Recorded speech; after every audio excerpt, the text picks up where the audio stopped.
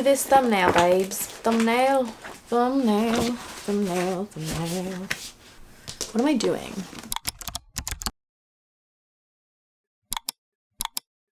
Hey guys, welcome back to my channel. If you're new here, my name is Angelisa and we talk about books on this channel.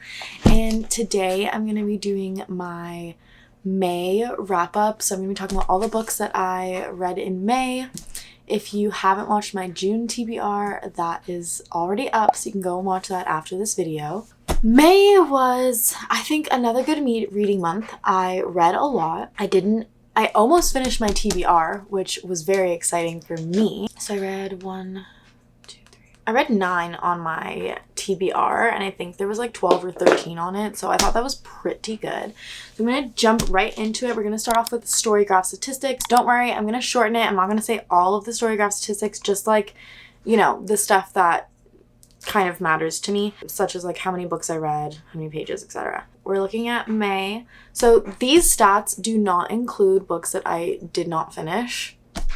So I'll talk about books that I DNF'd as well, and that I just like put down for the moment and I might finish later on. So this month I finished 9 books for a total of 3,396 pages. Moods are mostly mysterious, emotional, tense, and dark, followed by hopeful, funny, and then lighthearted and inspiring. So a big mix. And in terms of ratings, the average rating was 4.31 stars. So pretty good reading month, I think. But like my ratings ranged from 3.5 all the way to 5 stars. So we're going to talk about it. We're going to have a good time. And yeah. So the first few books that I read this month, I don't actually have with me because I left them behind at the vacation spot that I went to. I did post a reading vlog for them if you want to watch them. So I went to the Dominican and I brought 4 books with me and I read 2.5. So the first one I read was The Perfect Couple by Elin Hilderbrand, and I rated this 3.75 stars. So this book follows a couple's wedding weekend where family and friends are coming to celebrate this wedding on Nantucket Beach, and someone, I think it was the maid of honor, shows up dead in the morning, and there's an investigation that follows, and they're trying to figure out like what happened. Was it an accident? Was it a murder?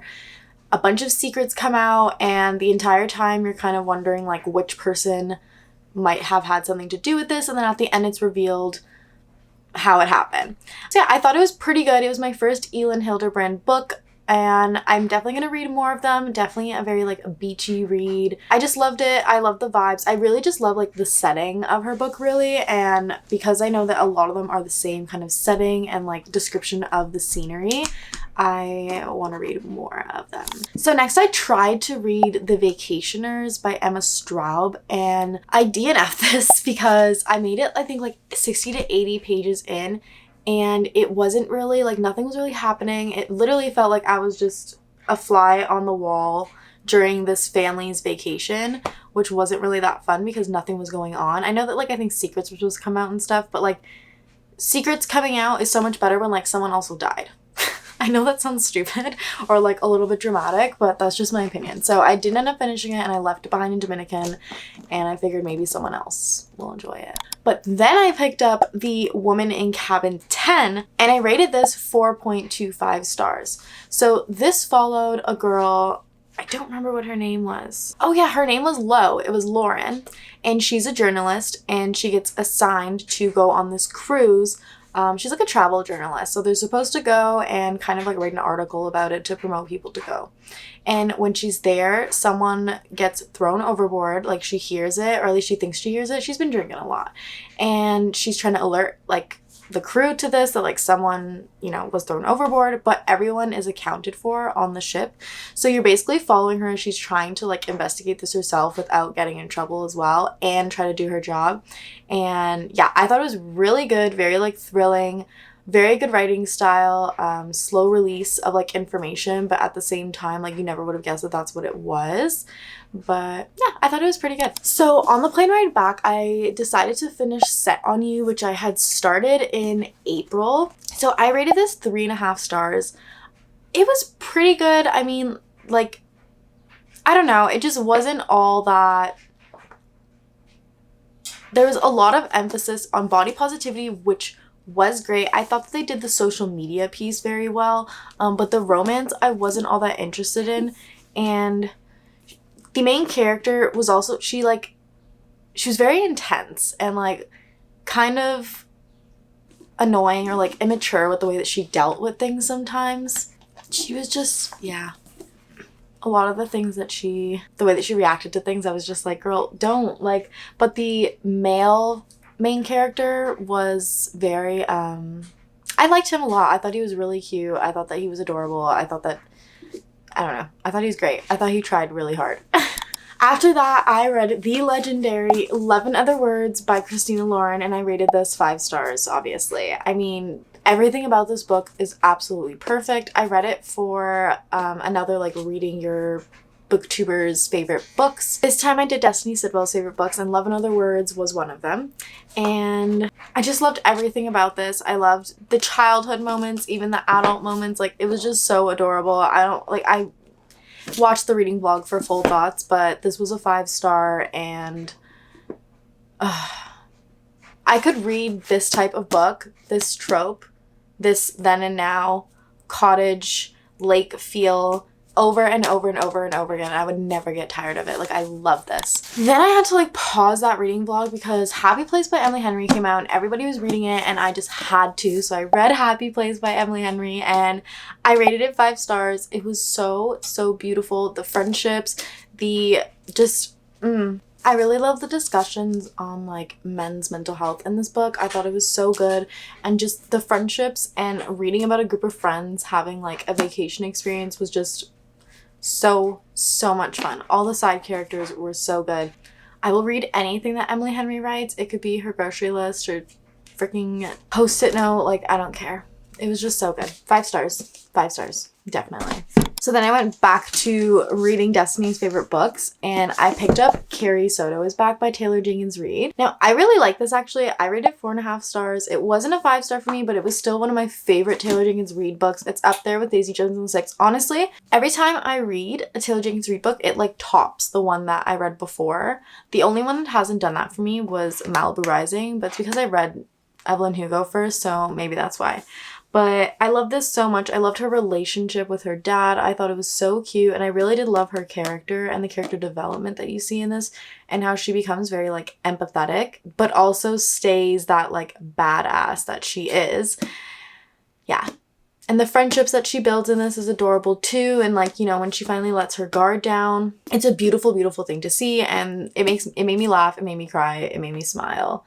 And yeah, I just love this so much. I love Jenkins Reid's books. I hope she continues more in this world. I have a feeling she's not going to. I think I heard this was the last one, but I pray that more come out because there's so many characters that she's mentioned in her books I feel like she could do a spin-off of. After that, I started to read Binding 13 by Chloe Walsh.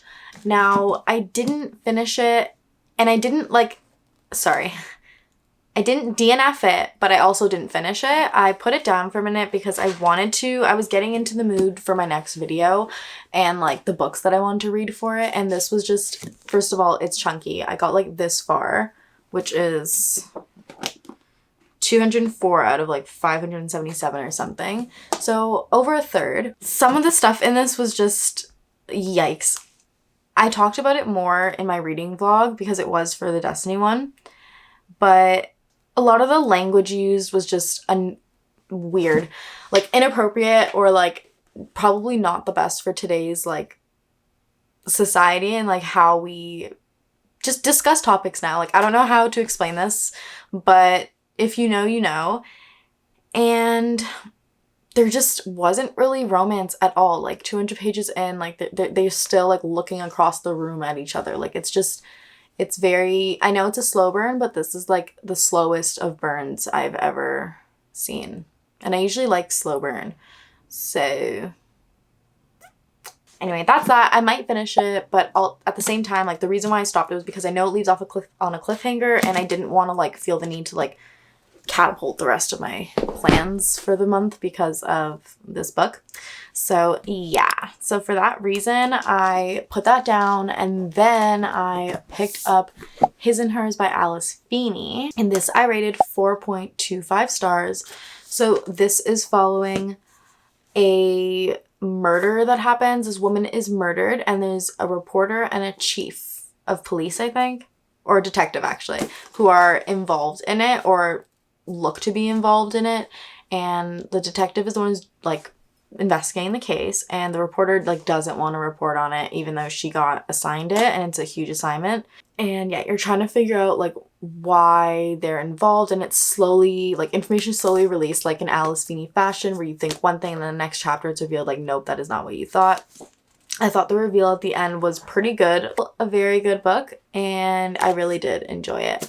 Feel free to watch the reading vlog for that as well for my full thoughts.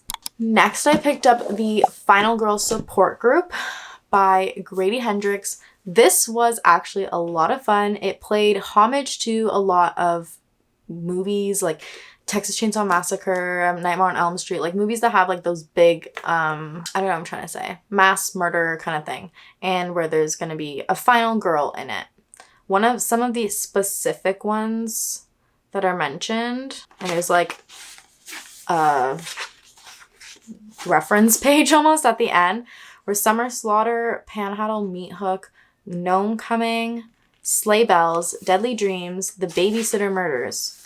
I don't know if those are real things. I've never heard of any of those actually, but whatever. Anyway, this was a lot of fun. I rated this 4 stars. I thought it was a very interestingly written. There are like articles throughout, just like random like sticky notes, like things that kind of like give you clues to stuff. And I thought that was really fun. I thought the main character was very interesting. She's very paranoid because of her PTSD, and it's just interesting to read from her point of view. But she's also like funny, and I love the main character because she's flawed, and it's okay to be flawed. Like, I don't know if that makes sense. But yeah, this was a lot of fun. I would definitely recommend it, and it made me pick up or want to pick up another Grady Hendrix book. Once it comes out in paperback, I'm going to pick up How to Sell a Haunted House and see how that goes. The last one that I read was If We Were Villains by M.L. Rio. I loved this book. I rated this 4.5 stars. The ending had me absolutely like, my heart was ripped apart. And the queer representation in this was really good as well.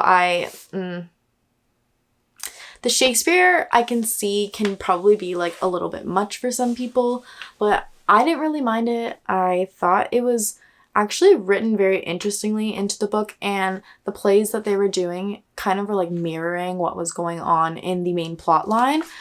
But yeah, basically it follows these 7 characters. They attend this like drama college club thing, and where they strictly learn Shakespeare. And 10 years ago, a tragedy happened, and one of them ended up in jail for it. But 10 years later, the detective who put him in jail, he's finally released, and he comes out and he wants to know what happened because he doesn't believe that he was actually guilty. So Oliver, the main character who we're reading the point of view from, tells the story of what really happened from beginning to all the way up until basically him going into jail. So it was really just a well-written poetic book. When I tag this in my genres, I put it as a tragedy because it truly is. It's a Shakespearean tragedy. It really gave like the life imitates art kind of feel for me, and yeah, I just loved it a lot. This is, as the cover says, a very rare and extraordinary novel. I would recommend it. So yeah, guys, that were how many books did I read? I read like 9.5-ish books this month. But yeah. Anyway, guys, I hope that you enjoyed this video. Comment down below what you read this month. I always like to know what my followers read, see if there's any good recommendations that I can pick up. My June TBR is up, like I said, so go ahead and watch that. Yeah, I do have some videos coming up that I'm really excited about, so stay tuned. Don't forget to like and subscribe because that really helps us when you do that. And I hope you guys have a good day or whenever you're watching this. And I hope to see you in the next one. Bye!